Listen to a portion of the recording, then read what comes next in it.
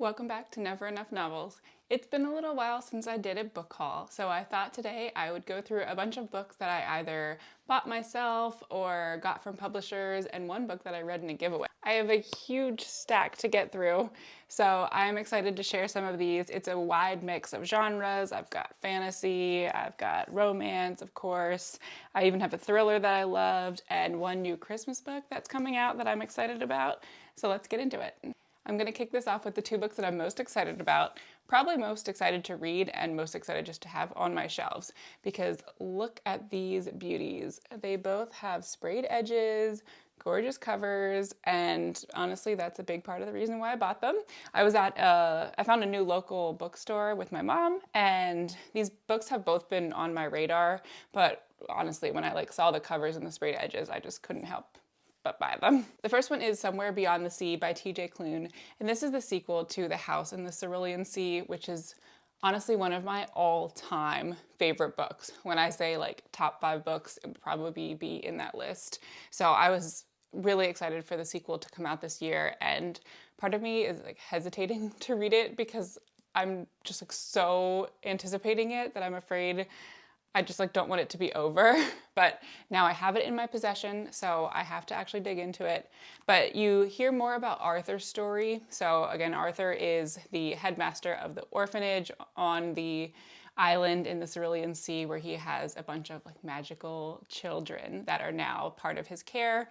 And he now lives there with Linus Baker, who he met in the first book. So we get a little bit more about Arthur's history and this big thing that happened in his past that is now kind of affecting the life that him and Linus have. So I'm excited to hear more about the children. There's going to be a new magical child that could threaten kind of everything that they've built there. So I think it sounds very similar to The House in the Cerulean Sea. It'll be a little bit thrilling. You'll find a lot of heartwarming moments, and I'm hoping ultimately that we'll get the happy ending for this found family that is just so delightful. The second one is called The Games Gods Play, and honestly the only reason this is on my radar was because I knew it had these incredible sprayed edges and beautiful illustrations, and I've heard really good things about it. It's a fantasy book set in the world of Olympus and the gods. So I don't know much about it, but it sounds like there's basically this competition that the gods go through every year or every couple of years to basically determine who will sit on the throne of Olympus. And the gods choose a mortal to fight for them. So our main character is a mortal living in San Francisco, and she is chosen by Hades to be his pawn in the games to try and win for him. So I think this is a romantasy, so I'm sure we'll get some sort of love story with Hades, and also this interesting competition for how she can try and fight for him to win the throne. So I'm really excited. It literally says she'll fight for her life for the god of death. What a good slogan, right? So I think this one not only looks beautiful, but sounds like a really interesting kind of romantasy series. I love books that are set with the gods of Olympus, especially things with Hades' story. So I think this one sounds incredible. The next one I want to share is the one mystery that I have on my list, and that's What Have You Done by Sherry LaPena. I got this as part of the Once Upon a Book Club box. So if you haven't heard of them, they're a really unique book subscription box that gives you gifts that go along with the story. And the idea is that you're not supposed to open the gifts until you get to certain parts in the book. Each of the gifts has a page number on it, so that when you get to that page, you will actually wait until you get to that specific page to open the gift, and then it directly ties into something that's happening at the story at the time. So this isn't a book box where you'll just get bookmarks or candles or something like that. They're actually really unique gifts that go along directly with the story and kind of make it more of an immersive reading experience. So I got their Halloween box that had What Have You Done in it. I wanted a copy of this book because I've read it already, but just loved it so much. It's a really well done small town murder mystery, where basically a local girl is found murdered in the woods or in the farm of one, a local farmer's field, and it sets off this investigation about what actually happened to her. Obviously, all of the characters know each other well, and the story is told in a bunch of different perspectives. So we're hearing bits and pieces of information from kind of the main people involved in the girl's life and in the investigation. And there's different secrets that are slowly revealed throughout the book. So this wasn't one where it just was kind of like you're waiting and waiting until some big reveal at the end. Like ultimately, you don't know who the murderer is until the end, and I didn't guess who it was, but you're also getting a lot of other interesting tidbits about each of the characters along the way. So this felt like a really interesting mystery book the whole way through. So this was a 5-star read for me. I highly recommend it if you like kind of small town murder mysteries. Next book is called Christmas with the Queen. So this is my holiday romance that I'm pretty excited about. I actually won this in a Goodreads giveaway, which if you've ever entered them, you know it is like virtually impossible to win. I think I've won maybe 3 in my entire life, and I literally enter these giveaways every single day. If you haven't heard of them, basically on Goodreads' website, they have, if you go into like the browse section, you can see browse giveaways. So there's a ton of books that are offered on their giveaways list, and it's very easy to enter. You just click like enter, put in your address, and they'll let you know if you won. Honestly, every single day I go in and sort by which ones are ending that day to make sure I catch any that are ending like every single day. Then I go in and enter the giveaways for the books that I'm interested in. So even despite all that, I've still only won like 3 times in my entire life. But it's exciting whenever you do win. So I think it's fun to also just look through the books that are available to see what's out there that I maybe like hadn't heard of before. So I've kind of found a lot of books to add to my TBR that way. And they have a mix of, like, it's all different genres for adults, but there's also a lot of kids' books out there as well. So I have a 5-year-old son, so I've entered giveaways for him and also like discovered new books that I want to get for him that way as well.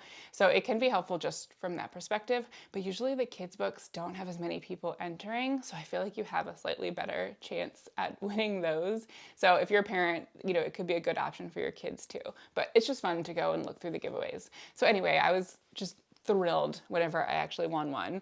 And it sounds like a really cute book that I might not have necessarily picked up on my own. It's kind of a historical fiction romance. So basically it's set around like the 1950s, and it's about Queen Elizabeth and her time at Sandringham in Scotland. So it's all during Christmas time, and our 2 like main characters are Olive, who is a young mother and aspiring reporter for the BBC, who is basically there to cover the royal Christmas celebrations at Sandringham. And she kind of reconnects with this old friend named Jack, who is recently widowed, and he's a chef who's just trying to kind of like refine his footing. So he's hired as the chef at Sandringham. And the book takes place over the course of 5 different Christmases. So it's actually billed as like a book that is The Crown meets When Harry Met Sally, because we've got this friendship that starts out a friendship, which has developed into something more, and it takes place over a couple different years. We kind of reconnect with them each year when they meet up at Sandringham, and it's got a little bit of that royal aspect. So if you're a fan of books about the royals, or Queen Elizabeth in particular, this will be a great option for you. So basically we get to follow along with Jack and Olive and their interactions with the royals, as well as their own love story. So I just think this sounds adorable. I like that it's a little bit of a unique take on my like typical contemporary romance Christmas books.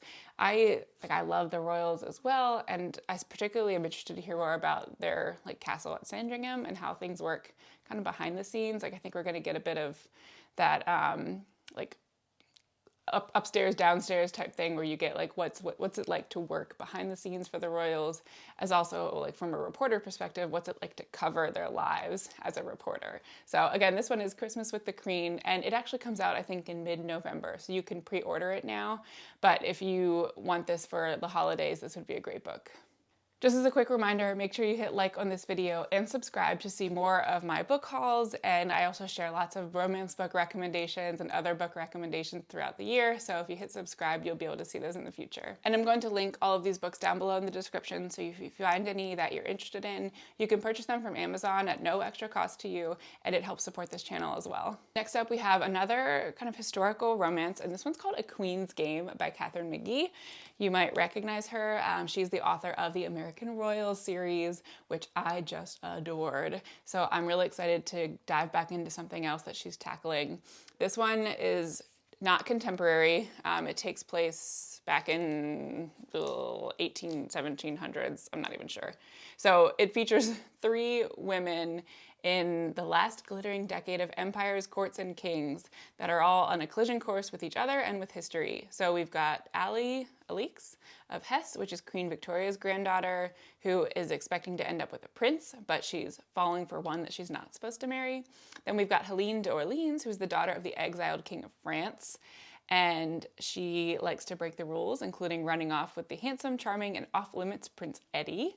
And the last woman is May of Teck, who has spent her entire life on the fringes of the royal world, but is determined to marry not just a prince, but the future king. So it kind of follows these three women throughout this period in their lives and kind of how their stories interconnect.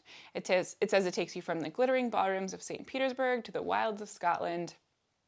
The Queen's Game recounts a pivotal moment in history through the eyes of these young women whose lives changed forever. So again, we've got a major historical aspect here, and it's supposed to be like it's based on true events and real women, but it's her kind of historical romance take on that. So I think she's going to bring kind of the same contemporary vibes to this historical story, and I'm really excited to learn more about some of these women and this time period in history and see how Katharine McGee puts her spin on that.